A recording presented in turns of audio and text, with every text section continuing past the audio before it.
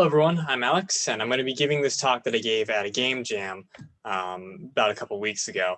But I feel like it's also important to anyone who just does any sort of game jam, any sort of small game development project. I feel like the message is brought about by this talk and sort of be useful to everyone. So I decided to sort of redo it again here so that you can all see what I just talked about just game jams and sort of where you take your game after you make a short demo or some sort of project of that nature.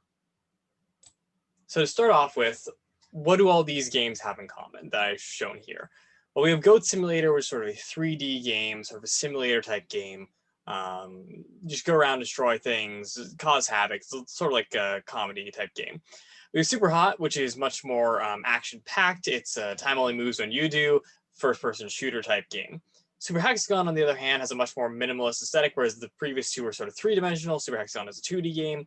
And Please Don't Touch Anything is also another 2D game where you sort of just experiment. It's kind of like a puzzle game where you sort of experiment with different options and see what happens. Well, the thing that all these games have in common is they all started at game jams.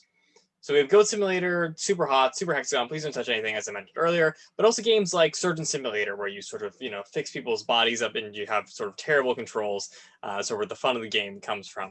Binding of Isaac, which is sort of a really expansive roguelike, Broforce, which is sort of a 2D platformer shooter type game, Celeste, which is a much more challenging 2D platformer with a great story, great art, great game in general. Baba Zoo, mind-bending puzzler, and also Hollow Knight, which I noticed I've highlighted in blue. So all these games, which have had relative degrees of success, both sort of in the indie game, but also just certain ones have had sequels. For example, Super Hot just recently had a VR sequel or VR version of it. I believe Surgeon Simulator has also had VR versions, and they came out with a sequel recently that allowed for multiplayer. Hollow Knight, as we'll get to later, is their second game is rumored to be coming out sometime soon, hopefully. But yeah, all these have had quite a bit of success, and they all started as game jams. So I want to sort of go specifically looking at Hollow Knight, but I want to go into depth of, okay, so these all started as game jams. How did they take them from these jam games into full-fledged games that had a relative amount of commercial success? First, let me just start with an introduction as to what is Hollow Knight. So Hollow Knight is a sort of 2D action-adventure Metroidvania. Essentially, you are this little bug guy. You can see sort of the trailer GIFs, and the GIF is just sort of a cutscene in the top and bottom right, respectively. And essentially, you go around. Metroidvania comes from the term Metroid and Castlevania. Essentially, it's a game where you sort of 2D platformer, you go around a large expansive area, certain areas are blocked off until you get power-ups, which cause you to backtrack, explore new areas, so on and so forth. As you gain more and more power-ups, you're able to go more and more places. It was released on a variety of platforms, the Xbox, Nintendo Switch, PS4, Steam. It was developed by primarily 3 people who go under the name of Team Cherry. As for development programs, use Unity Stencil for sort of prototyping, and then Photoshop for the majority of the art, which is quite stunning, as you can sort of see to the right. But yeah, so this game, for those of you who don't know, is really expansive. The map is huge. The controls are very tight. There's hundreds of different enemies, different environments, as you can probably see from the trailer. And you're probably thinking at this point, okay, so this game, which is extensive, it has tight controls, it has hundreds of bosses, tons of free DLC that was released later, beautiful cinematic cutscenes. Clearly, whatever game jam game was the progenitor to this must have also been just as amazing. Well, not really. So this is Hungry Night, and I'm just going to play a little bit of it here. And just know this was for Ludum Dare 27 back in 2013, and the theme was 10 seconds. So let's just look at Hungry Night.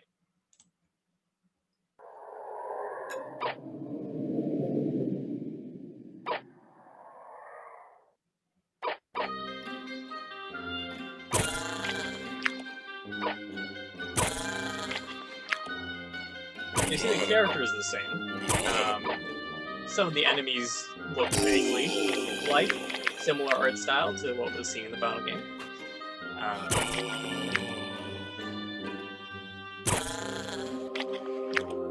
Yeah, he's sort of just walking around, killing these bugs.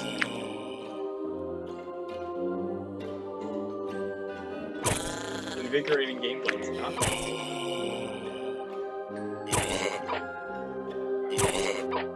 The dash is kept in the final version as well. But yeah, at this point, it should be clear. This game doesn't really, in certain ways, resembles the original, but in others is just a vastly different game. So, what was different? What was changed between the different versions? Firstly, we see when it comes to the art, the knight was very much the same, though the enemies and just the overall line work is much less polished in this, which just makes sense because it's a game jam. Additionally, just the amount of artwork, a lot of the enemies here are reused, and while there is some reusing in the original game, in different areas, they're very distinct. And there's definitely more than 3 enemies. There's no real cutscenes here. Actually, if we jump to the end, there's an ending cutscene. We can just watch that real quickly.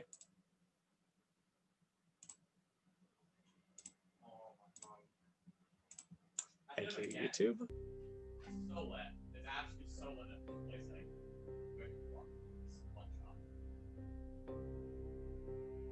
But yeah, just something nice and simple. The line work is a bit fuzzy compared to the actual game. But yeah. Overall, the art's similar, but clearly there was a lot of work put into the final game that just and it seems like a lot of works made the art style a bit more polished and just into the variety of enemies and backgrounds. Speaking of which, let's talk about the gameplay, because that's probably where the biggest changes were. In the final game, it's sort of a 2D platformer type game, viewed from the side, but here we notice it's a top-down survival game, which is very, well, both are 2D, but it's quite a different genre. Sure, the dashing and sort of slashing is same, but overall, there's been a huge shift in not only that, but also just the tone, because if you notice, we were above the ground. Everything seemed very bright and almost cheerful in some places, whereas the actual game itself is very much focused underground, where it's dark in these sort of atmospheric, cavernous-like areas. So this came about because there was actually 2 game jams that inspired Hollow Knight. The first was this one that I've talked about, but the second one was a game jam they didn't actually participate in. They just took the prompt of Beneath the Surface and said, hey, what if we apply that to our game? They didn't actually participate in the game jam, but they sort of took that as inspiration to make this sort of a 2D Metroidvania type game. As for the music, in this you may have noticed sort of just a simple loop. In the final game, there's quite a few soundtracks, and they actually brought on a composer from outside the team to sort of do those soundtracks. As for story, I'm not going to get too much into spoilers, but those 3 masks and the orange liquid were sort of kept as motifs in the final story, though perhaps not in the same way they're used here. So now I'm going to talk about just in general, I'm going to talk about sort of what you want to do, what's sort of the 5 main points you want to think about when you're making your own, once you've made your own game jam game and you're thinking about, do I want to take this to the next level? I'm going to be sort of using examples from a game I made called Prism. Let me just show it real quickly. Yeah, it's a fairly simple game. We made it for the Yogscast Game Jam.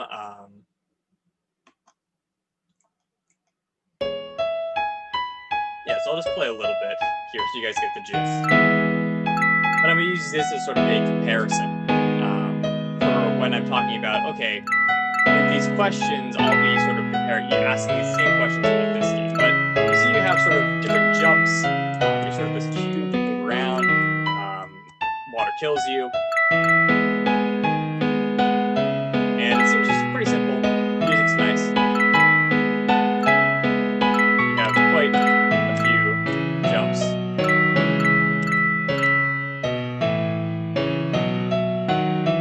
then Prism and time. So now the lava will kill me.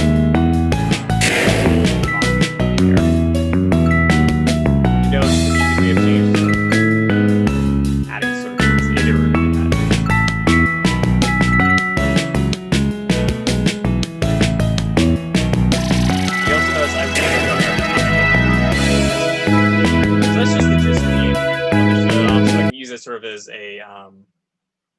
as an example, there we go.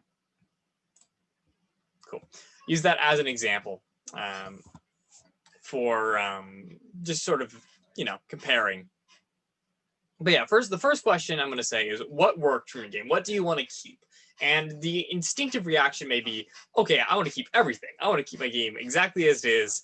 I want to keep this aspect, this aspect, this aspect. But I think you should maybe avoid doing that just on instinct. I think you really need to critically examine what worked and what should be the core that we designed this game around. For Hollow Knight, they decided to keep sort of the bug aesthetic. They kept the dashing, they kept the slashing, and they kept some of the story elements. But they completely got rid of the sort of top-down elements, the survival elements, the sort of timer of how much time you have until you have to eat something again. They got rid of all of those elements. So they really went ahead and they completely almost changed the way their game went. And because of that, we have the game they have today. So just because an element might work for a different game or it might be cool or something, it may not be central to the core design you want your game to have, in which case you might need to let it go. For Prism, I would probably keep the sort of the building music and the looping level idea, or the theme of just sort of giving away your powers and iteratively progressing the same level, making it harder. Just sort of that's the core of what the game was built around, having sort of a looping effect. So some questions to ask yourself. What do you wish to keep as you move forward with the project? And what elements do you want to expand and focus the design around? So what didn't work? For Hollow Knight, that was the genre, sort of the top-down, as we mentioned before, the setting above the ground, and also the music. For Prism, what didn't work was the feedback, because some people had a hard time figuring out multiple jumps and just sort of the minimalism and sort of telling people what to do. A lot of people got confused by that. We got comments on that game jam, and that was sort of a common theme among them. Also, the difficulty was really off, and just the lack of progression, essentially. And I'll get onto that a bit more. But essentially, what do we need to throw away? What do we need to rework? What do we need to fix, essentially? And if you are doing a game jam, maybe you'll receive comments from either the judges or your fellow jam participants. And while you don't necessarily need to listen to all of these comments, having a few of them could be useful. So what didn't work well in the game jam? What did players not understand? And what sort of feedback did you receive? And also, what other sources of inspiration can you draw upon to improve your game? As mentioned before, Hollow Knight was above the ground until that second game jam that they didn't actually participate in, but they still took inspiration from. So now you need, let's say you've got the core of your game and you've thrown away the extraneous stuff. What do you do now? Now you need to pick your tools and you need to pick your team. When it came to Hollow Knight, they used Unity primarily. They hired a composer, and they also got a Kickstarter together to sort of fund, the team working on this project for a long time. I'll talk about more commitment in a later point.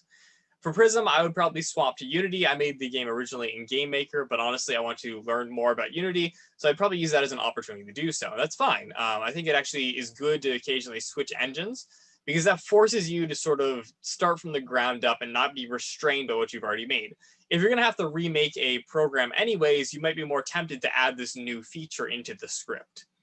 Additionally, I would probably continue the project primarily with the people I did it with originally, so the group of 3. So what tools will be used moving forward?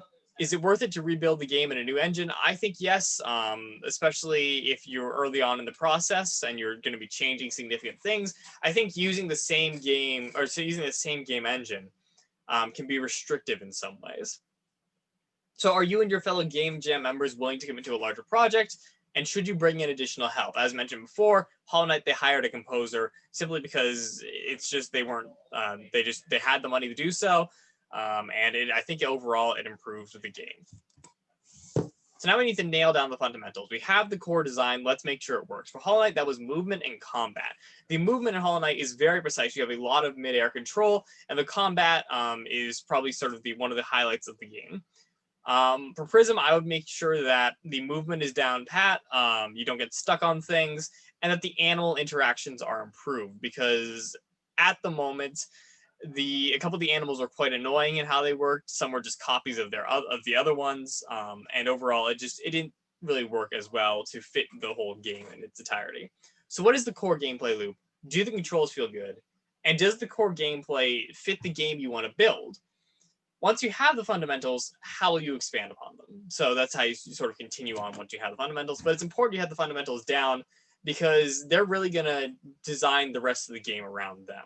If you have a jump that, let's say you do it so it's good enough, and then you make the levels around this jump, but then you go back and change the jump height, then you're going to have to fix all the levels again. And it's going to just be a bit of a mess.